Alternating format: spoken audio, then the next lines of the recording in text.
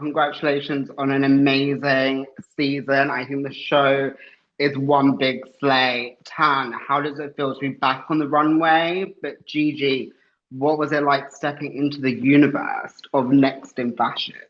Well, I obviously am a huge fan and lover of Tan Fran, so I just had the best time stepping onto this set with him and being able to do it, um, obviously with someone who I admire and respect so much in his job, but also who is one of my great friends, was just a really fun experience, and I learned a lot from Tan, and I think it shows.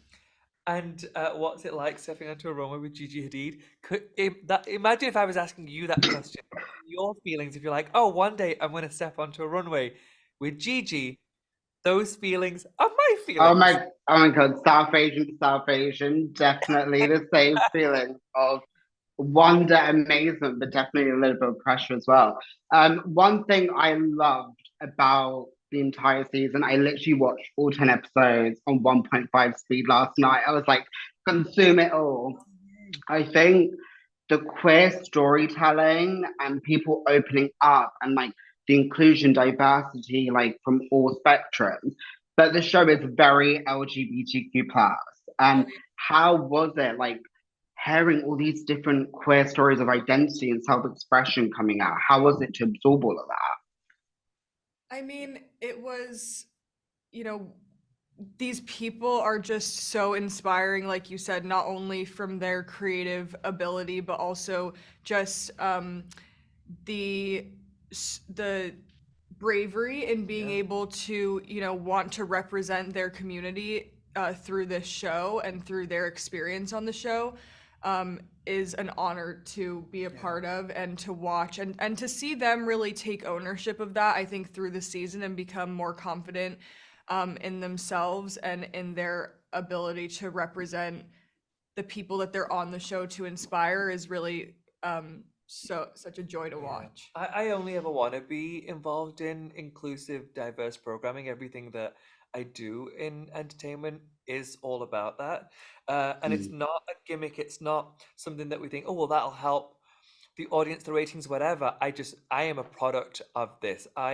Somebody gave me a chance, and I'm wildly intersectional, and so I see the importance of that and that impact on the world. When you see yourself represented in entertainment, it really does make an impact. So I love that we get to be a part of a show that is so diverse.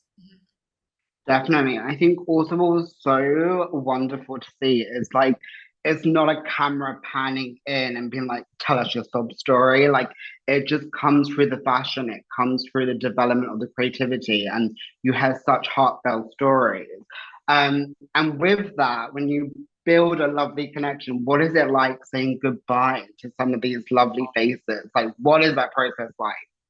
It's so hard. I mean, I still like, you tell, because you watched the show obviously from a new perspective, but I think even if I wasn't the one standing in that room being the judge, like even when I watched the show at home on my couch this week, I cried again, and then I Yeah, watched that episode again, and I cried again, yeah, like because like what once it's for me because I'm emotionally attached to these people, yeah, but then like I think really when you sit and watch it again, it was like I was watching it just like a viewer at home, and I yeah. think that everyone that watches will with us grow to love these people, and um we're all in the creative industry. Like, Yeah. look, if I was showing Tan a collection at Guest in Residence, my brand, and he wanted to give me a critique, or if I was in this challenge, send me home, Yeah.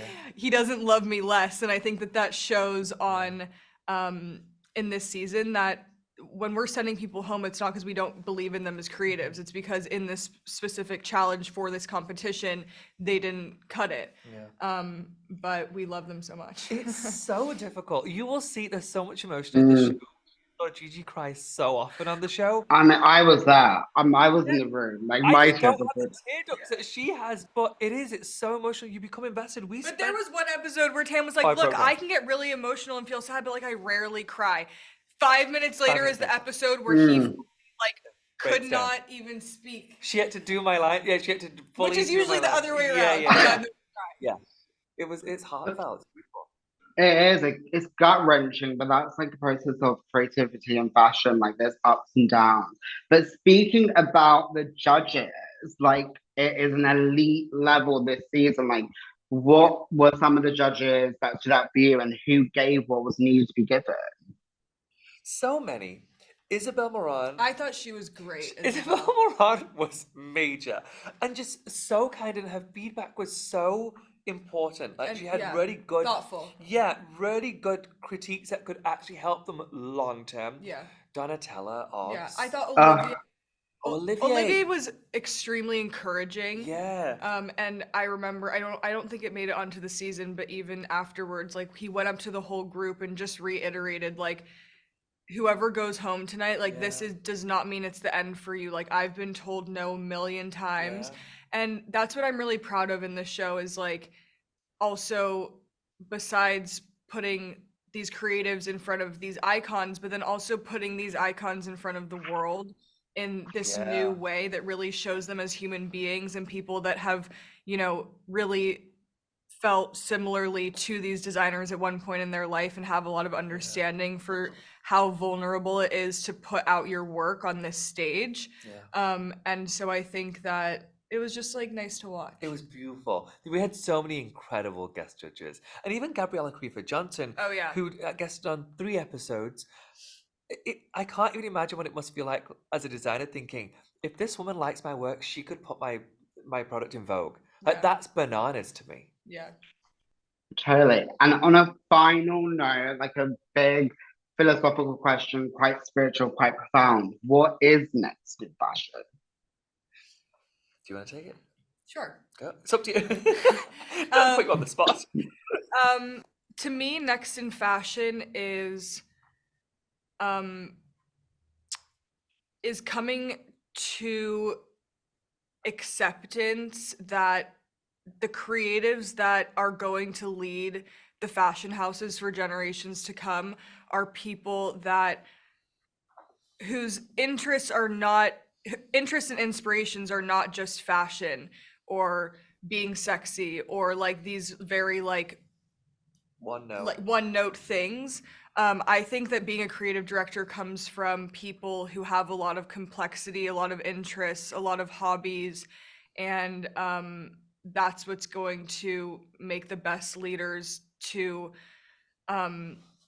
lead these fashion houses, because then they get sewers, they get all these things. And I think that what we tried to do was find people whose style and creative minds and uniqueness can do that. Yeah, agreed. And we want to make it really clear, and I hope we made it clear throughout the show, we're not looking for the next in sewing. Like, we're not looking for an incredible They seamstress. had 8 hours to make these things. Like, we're not expecting a perfectly made garment. Yeah. We know they can do that. That's, what got them on the show in the first And place. creative directors don't often, they're not often the ones who are rarely atelier. are the ones that are making the product. We want somebody with vision.